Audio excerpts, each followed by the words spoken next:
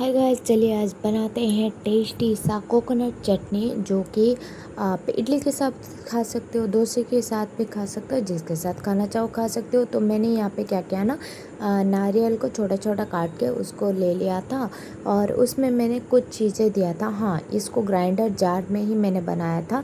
इसमें थोड़ा सा टमाटर दिया था, प्याज दिया था, आपकी मर्ज़ी आप जो दे सकते हो। मेरी मर्ज़ी जो है मैं दूंगी। तो टमाटर दिया था, प्याज दिया था, थोड़ा सा लहसुन की कलियाँ दिया था और थोड़ा सा अदरक दिया था, थोड़ा सा नमक दिया था और थोड़ा सा भुना हुआ जीरे और मिर्ची का पाउडर दिया था। ये जो सब है ना, जब मिक्सी में जाता है ना, वो बहुत ही बढ़िया टेस्ट करता है। अगर आपके पास ओरिजिनल धनिया का पत्ता है, कोरिएंडर लिव्स है, वो भी आप डाल सकते हो।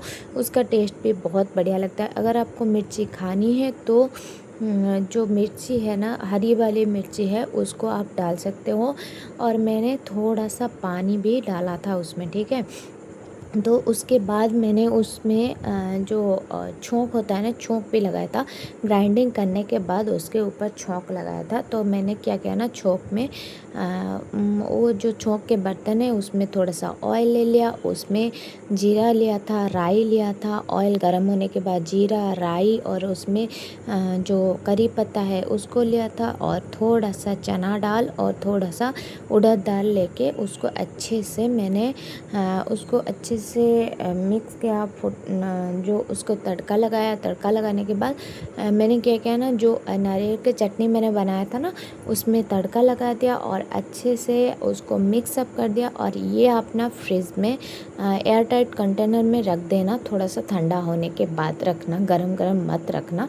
ठंडा होने के बाद उसको एयर टाइट कंटेनर में रख के आप फ्रिज में स्टोर कर सकते हो। आपको जब चाहे आप उसको निकाल कर खा सकते हो। तो अगर आपको मेरी ये रेसिपीज़ अच्छी लगती है तो please like and share and subscribe भी कर देना, ठीक है। तो आज के लिए बस इतना ही, फिर मिलते हैं अगले क्यूट से प्यारे से वीडियोज़ में।